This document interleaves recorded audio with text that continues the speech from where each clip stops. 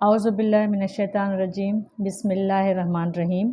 سلام میری YouTube family, اور سب سے پہلے آپ سب کو مبارک ہو یہ رمضان کی پہلی سحری اور پہلی افطاری اور تراویح، اور اللہ کرے یہ رمضان سب کے لیے مبارک ثابت ہو، آمین ثم آمین۔ چلیں وقت ضائع کیے بغیر ابھی ہم اپنے ٹاپک کی طرف چلتے ہیں۔ آج میں نے قصص الانبیاء سے یہ سوچا ہے کہ کیوں نہ اس کا آپ لوگوں کو تھوڑا سا پڑھ کے بتایا جائے کہ تخلیق آدم کیسے ہوا۔ صحیح ہے، تو تخلیق آدم ابو البشر حضرت آدم علیہ السلام سے یہ جو قصص الانبیاء کا پہلا جو سب سے پہلا سر فہرست جو اس کا عنوان ہے یا ٹاپک ہے وہ لکھا ہوا ہے تخلیق آدم کا اعلان۔ تو اچھی بات ہے کہ ہمیں پتہ چلے، اور ویسے پتہ تو ہوگا لیکن پھر بھی میں جو ہے اس کو پڑھ کے آپ کو سورہ بقرہ کی ایک آیت ہے، اس میں اس کا ترجمہ ہے کہ اور وہ وقت یاد کرنے کے قابل ہے جب تمہارے پروردگار نے فرشتوں سے فرمایا میں زمین میں اپنا نائب بنانے والا ہوں۔ انہوں نے کہا کیا آپ اس زمین میں ایسے شخص کو نائب بنانا چاہتے ہیں جو خرابیاں کرے اور خون ریزی کرتا پھرے؟ اور ہم تیری تعریف کے ساتھ تسبیح و تقدیس کرتے ہیں۔ اور پھر خدا نے فرمایا میں وہ باتیں جانتا ہوں جو تم نہیں جانتے۔ اور پھر اللہ نے آدم کو سب چیزوں کے نام سکھائے، پھر ان چیزوں کو فرشتوں کے سامنے پیش کیا اور فرمایا اگر تم سچے ہو تو تم مجھے ان کے نام بتاؤ۔ انہوں نے کہا تو پاک ہے، جتنا علم تو نے ہمیں بخشا ہے اس کے سوا ہمیں کچھ معلوم نہیں ہے، بے شک تو دانا اور حکمت والا ہے۔ اور تب خدا نے آدم کو حکم فرمایا اے آدم تم ان کو ان چیزوں کے نام بتاؤ۔ جب انہوں نے ان کے نام بتائے تو فرشتوں سے فرمایا کیوں میں نے تم سے نہ کہا تھا کہ میں آسمانوں اور زمین کی سب پوشیدہ باتوں کو جانتا ہوں، اور جو تم ظاہر کرتے ہو اور جو تم چھپاتے ہو سب مجھ کو معلوم ہے۔ اور جب ہم نے فرشتوں کو حکم دیا کہ آدم کے آگے سجدہ کرو تو وہ سب سجدے میں گر پڑے، مگر شیطان نے انکار کر دیا اور غرور میں آ کر کافر بن گیا۔ پھر ہم نے کہا اے آدم تم اور تمہاری بیوی جنت میں رہو اور جہاں سے چاہو بے روک ٹوک کھاؤ پیو، لیکن اس درخت کے پاس نہ جانا ورنہ تو ظالموں میں داخل ہو جاؤ گے۔ پھر شیطان نے دونوں کو وہاں سے بہکا دیا اور جس عیش و نشاط میں تھے اس سے ان کو نکلوا دیا۔ اور تب ہم نے حکم دیا کہ بہشت بریں سے چلے جاؤ اور تم ایک دوسرے کے دشمن ہو، اور تمہارے لیے زمین میں ایک وقت تک ٹھکانہ اور معاش مقرر کر دیا گیا ہے۔ اور پھر آدم نے اپنے پروردگار سے کچھ کلمات سیکھے اور توبہ کی تو اس نے ان کی توبہ کو قبول کر لیا، بے شک وہ توبہ قبول کرنے والا اور صاحب رحم ہے۔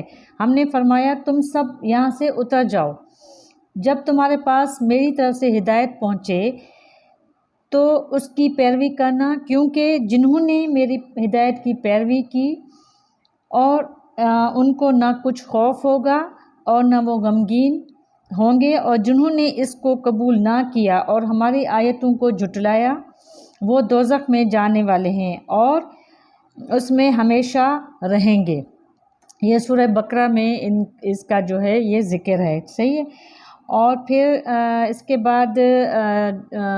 بعد جو ہے حضرت آدم علیہ السلام جیسے اس نے وہ گندم کا دانہ، کہیں روایت ہے گندم کا دانہ کھایا تھا، کہیں روایت ہے کہ اس درخت کے پاس گئے تھے، اور پھر آگے جو ہے اس کا میں انشاءاللہ پھر نیکسٹ ویڈیو میں آپ کو آگے اس کا مزید بتاؤں گی کہ حضرت آدم علیہ السلام سے کون سی غلطی ہوئی تھی، ان سے اور ان کی بیوی سے کون سی غلطی ہوئی تھی جس کے سزا میں وہ جنت سے جو ہے نکالے گئے۔ اب मैं यहाँ तक आपको जो है वो पढ़ के जो बताया है क़ससुल अंबिया से, मैं क़ससुल अंबिया से ही बताया करूँगी अभी, क्योंकि हूबहू जो जिस तरह लिखा हुआ है बहुत खूब लिखा हुआ है, और इसको सुनने में और पढ़ने में बहुत अच्छी तासीर, बहुत सुकून मिलता है। तो मैं कोशिश करती हूँ कि आप लोग भी इसको सुनें। और इसके अलावा जो है इसमें एक इन्ना मसला ईसा इंदल्लाह कमा सले आदमा खलकहू मिन तुराबिन सुम्मा काला लहू कुन फयकुन। तर्जुमा इसका ये है कि ईसा का हाल खुदा के नज़दीक आदम का सा है कि उसने पहले आदम का मिट्टी से कालिब या सांचा बनाया, फिर फरमाया इंसान हो जा, तो वो इंसान हो गया। ये सूरह आल इमरान में इसका ज़िक्र है। अब मज़ीद जो है मैं इंशाल्लाह नेक्स्ट वीडियो में आपको इसका मज़ीद बताऊंगी। ये सारा पूरा आदम के बारे में जितना भी लिखा हुआ है, मर्द और औरत किस तरह तख्लीक हुए, फिर हज़रत आदम अलैहिस्सलाम, फिर इब्लीस का, और फिर ये फ़रिश्ते और शैतान वगैरह, ये सारा कुछ इसमें बहुत अच्छा आगे लिखा हुआ है। मैं पूरा इस तरह हरफन बारफन मैं आप लोगों को कोशिश करूँगी कि आपको बताती जाऊँ। अब ये एक चीज़ है कि दुआ। अब दुआ जो है वो दुआ जो है अल्लाह ताला को दुआ करना, बंदों का दुआ करना पसंद है। सही है। तो दुनिया में अगर आप दुनिया में किसी भी शख्स से बार बार कुछ मांगोगे, बार बार तकाज़ा करोगे या मांगते रहोगे कुछ, तो वो भी एक दिन बेजार आ जाएगा, तंग आ जाएगा। तो लेकिन अल्लाह ताला की एक ऐसी ज़ात है कि आप उनसे बार बार भी मांगो तो वो खुश होते हैं। दुआ मांगना उनको पसंद है। वो चाहते हैं कि अल्लाह उनका बंदा दुआ मांगे और वो अता करेगा। बल्कि एक हदीस में है कि जो शख्स अल्लाह ताला से मांगता नहीं, अल्लाह ताला नाराज़ हो जाते हैं। देखो कितनी बड़ी बात है कि इंसान से मांगो तो बेजार हो जाए, लेकिन अल्लाह ताला की वाहिद ज़ात है। हदीस शरीफ में है कि जो शख्स अल्लाह ताला से नहीं मांगता, लिखा हुआ है, जो शख्स अल्लाह ताला से नहीं मांगता उससे अल्लाह ताला नाराज़ हो जाते हैं। सही है। एक और हदीस में है कि जो शख्स ये चाहे कि मसाइब और तंगियों के वक्त उसकी दुआएं कबूल हों, तो उसे चाहिए कि खुशहाली के वक्त भी कसरत से दुआ किया करे। सही है। ये जामल असूल बहवाला तिरमिज़ी से ये जो है उसका हवाला है। ठीक है। अल्लाह ताला ने कुरान करीम में वादा फरमाया है कि मुझसे दुआ करो मैं कबूल करूँगा।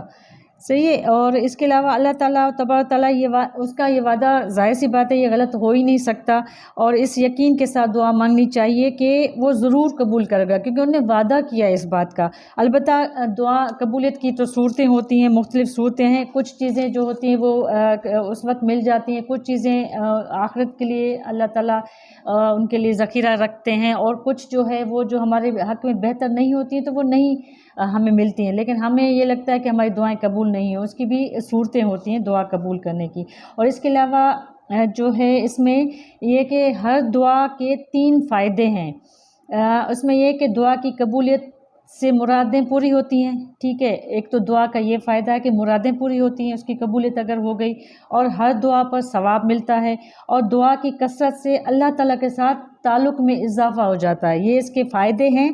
और ये कितनी बड़ी अच्छी चीज़ें हैं, अच्छी बातें हैं जो हमें मालूम होना चाहिए। और ये कि दुआ में बड़ी बड़ी चीज़ें मांग, ज़रूरी नहीं कि दुआ में बड़ी बड़ी चीज़ें में, आप छोटी छोटी सी चीज़ें भी अल्लाह ताला से तलब करें। अपनी हर ज़रूरत, छोटी छोटी ख्वाहिशें, छोटी छोटी ज़रूरतें भी अगर आप अल्लाह ताला से ही उनसे रुजू करेंगे, उनसे मांगेंगे तो वो अता करेगा।